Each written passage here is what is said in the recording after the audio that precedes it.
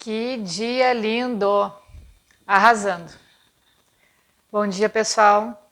Tudo bem? A gente falou um pouquinho sobre os doshas, né? E sobre a mente. E agora eu quero trazer algumas características para a gente começar a se identificar e observar também qual é o processo das outras pessoas que estão ao nosso redor, sem um julgamento, simplesmente entendendo como cada um está vibrando naquele momento. Porque a reação do outro é um espelho para a gente, é assim que a gente aprende, né? E quando a gente se recusa a aprender é quando entra o julgamento. Quando a gente se debate dentro das nossas coisas e julga o outro para se defender.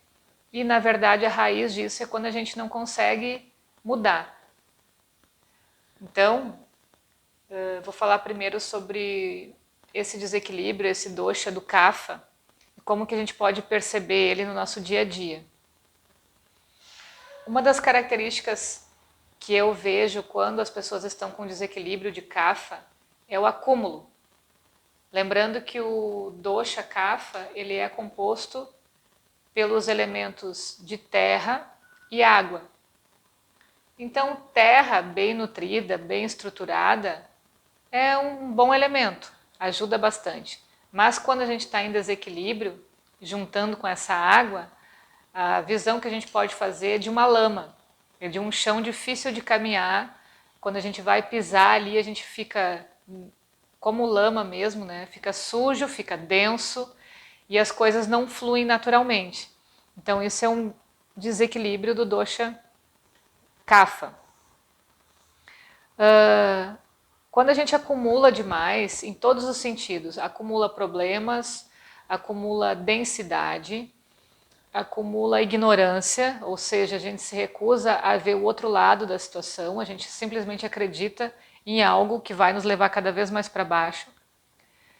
Falando do dia a dia, normalmente a gente percebe a casa das pessoas com desequilíbrio em kapha cheia de coisas, desorganizadas, com acúmulo de tudo e mais um pouco, coisas que não fazem sentido, que simplesmente estão ali para dificultar o nosso caminhar dentro de casa e que nos geram bastante estresse, porque a gente vai procurar uma coisa e não acha, a gente não quer desapegar de algo porque emocionalmente está envolvido. Então são formas densas de trabalhar essa energia. Kapha sempre é a dificuldade para fluir no desequilíbrio, né? E isso vai passando por etapas também. Então, às vezes a gente pode estar simplesmente apegado a uma cultura, a um jeito de pensar. E isso a longo prazo, quando a gente não identifica, a gente está preso de certa forma, né, numa forma de pensar, isso vai refletindo dentro da nossa casa.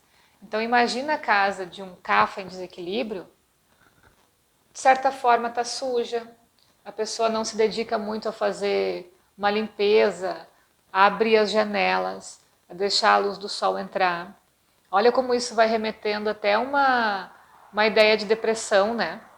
Claro, porque dia a dia mantendo esse kapha dessa forma, alimentando esse kapha, a gente vai crescendo dentro dele. E a bagunça dentro de casa, ela reflete muito a bagunça que está dentro da gente. Então isso não significa ter uma casa organizada com coisas caras, com coisas, com alguém que faça faxina, com alguém que organiza tudo. Não está relacionado a isso. Está relacionado à nossa visão dentro da nossa casa. E a tendência que a gente tem é buscar a solução fora. Ou seja, a gente começa a acionar o botão da fuga, que é da porta para fora, eu vou achar a solução. Né? Alguém vai me ensinar alguma coisa, alguém vai me trazer uma solução para esse caos que está aqui dentro. Só que também não é assim que funciona. A gente só consegue resolver as coisas quando a gente assume responsabilidade por elas. E tudo que está da porta para fora da sua casa vai acontecer no sentido ou de acordo com o movimento que você fizer internamente. Então, uma dica que eu posso dar, não adianta ficar gastando energia caçando algo que está fora. Arruma o que está dentro, organiza, perceba onde estão as coisas pesadas, as coisas densas, o que você está apegado, onde está a sujeira. E quanto mais espaço a gente tiver dentro de casa, mais fácil vai ser para limpar. Né? Então, o que puder doar, o que poder se livrar de certa forma, é a melhor coisa que a gente faz. E aí entra também a sensação de escassez. Por que a gente vibra na escassez sem saber? Porque a gente acumula muitas coisas com medo de perder. Então a gente acha que não vai doar ou não vai largar algo porque algum dia a gente vai precisar. Ou seja, a gente está alimentando a sensação de escassez. Em vez da gente vibrar, quando eu precisar, o universo vai estar ali para me amparar, vai me trazer esse material, vai me trazer o que eu preciso? Não. O universo não vai me dar nada. Se eu não guardar aqui em casa, eu vou ficar sem amanhã ou depois. Como é sutil, né? Como a mente nos prega peças.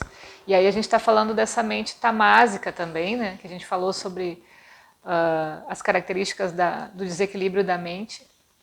E quando a gente quer estar em equilíbrio, que a gente vai estar sátvico, a gente confia no universo, a gente sabe que tudo que a gente precisar, o universo vai dar. Não significa que a gente vai cruzar os braços e não vai fazer nada. Não, lembra? A gente está limpando dentro de casa.